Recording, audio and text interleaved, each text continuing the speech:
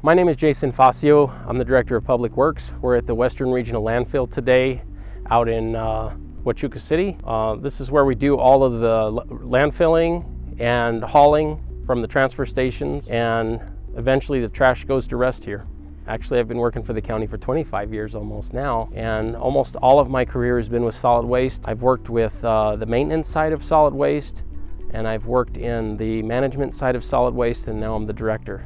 So I have about 24 years of experience. I was around back when we had the landfill in Elfrida, and when we moved over here, I was helping getting the construction going here originally, and worked here ever since. So most of our sites people would probably know as being Benson, Wilcox, Bisbee, Douglas, and Sierra Vista. Those are transfer stations, and the material gets moved from those transfer stations and some of our small rural transfer stations out here. Almost every city in the county has a transfer station of some sort, and this is its final resting place. We truck that material out here.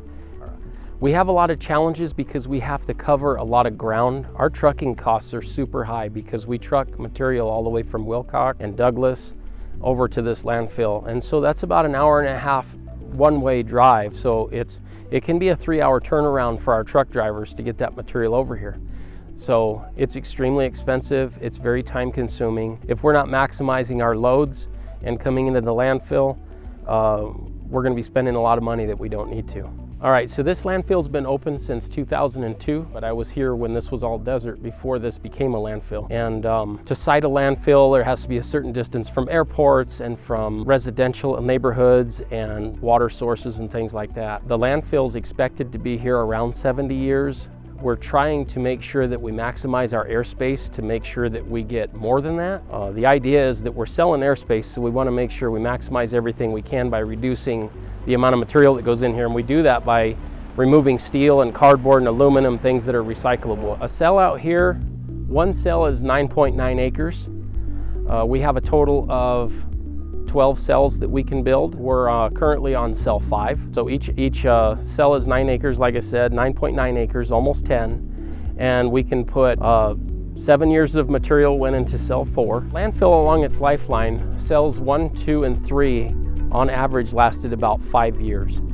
What we're doing right now with maximizing compaction and really pulling as much material as we can, we got 7 years out of the last cell, which is cell 4.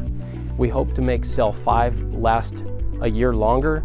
The longer we can make each cell last, the longer the landfill will have, its lifespan will be longer. So we're hoping to extend the life of this landfill by years. Just by pulling the material out now, it'll pay off dividends in the end. So the different strategies we use for expanding the life is removing material is number 1. Number 2 is making sure we get the ultimate compaction with that material. Right now we're running a landfill compactor that weighs about 90,000 pounds.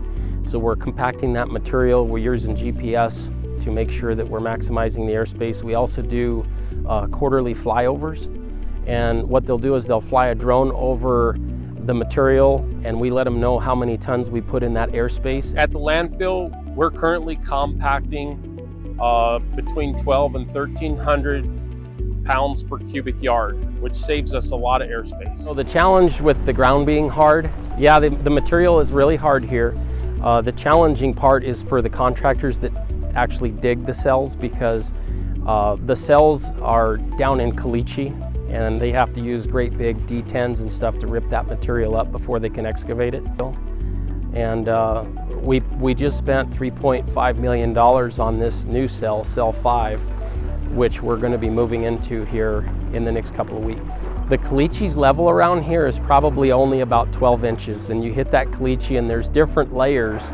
You hit a really hard layer, and then they get into a softer layer, and sometimes they'll hit some clay material, but then they get back into caliche again. And from what I understand, the caliche followed pretty much all the way down. So to start a new cell and get a new cell going, we had conversations in February of 24, and it took probably about 3 or 4 months to get a contract kind of started with somebody, and then it took them another 3 months to actually dig the cell.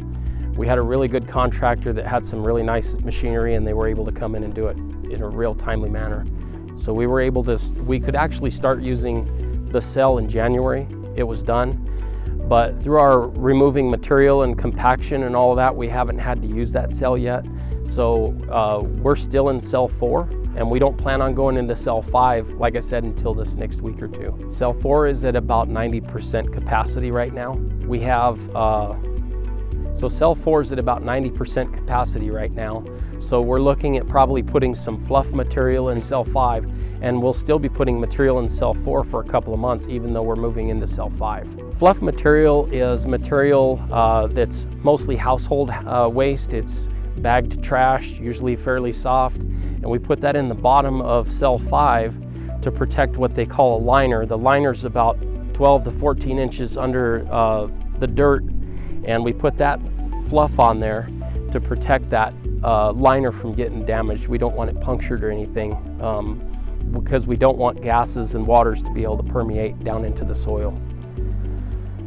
So currently we're picking out cardboard, aluminum, copper, there's some computers, all the steel we can. We remove all kinds of materials to keep that from going in the landfill. In fact, some stuff goes into the landfill, and we do have a secondary protocol where we will pull large pieces of steel out of the landfill itself or cardboard and put it into a roll-off container and bring it down here to recycle it. So the county does make money off of recycling the materials, but it's almost a wash. Where we really gain is that it's not going into our landfill and it's saving us airspace, because we still have to truck all of that material to Tucson. So we have these large expenses of getting the material up there, but ultimately it's saving airspace in our landfill, which is super expensive, and that's where the real savings is. And not only that, but we're just doing the right thing, making sure that stuff gets recycled like it should.